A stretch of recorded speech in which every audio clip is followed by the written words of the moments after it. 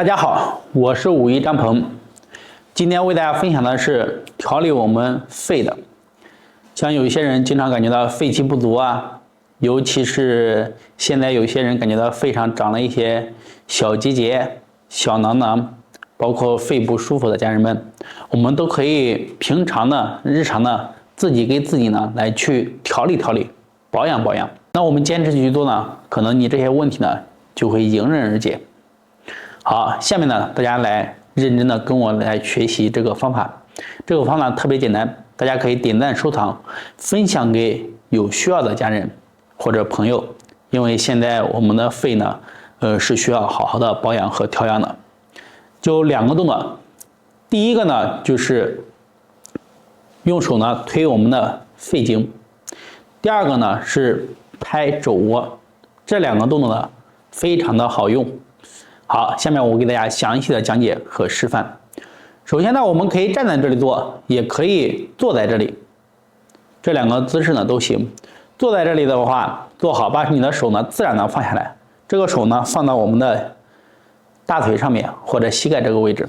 你放下来以后呢，你这个地方，它是不是很自然的就放松了？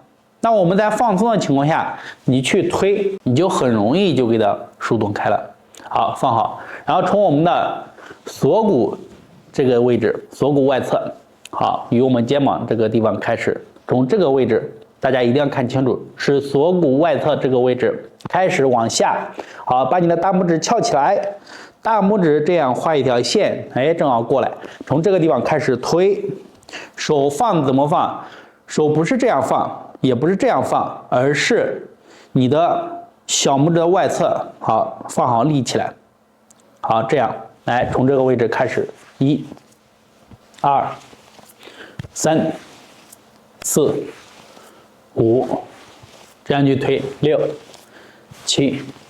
你在推的过程中呢，你感觉到这个地方慢慢的就开始发热了，然后感觉到慢慢的就通了。但你推到感觉有疼痛的地方，可以稍微多推一推。按压一下，多推一推。好，这个动作呢，大家可以做100次。做的太少了，它其实作用也有，但是不是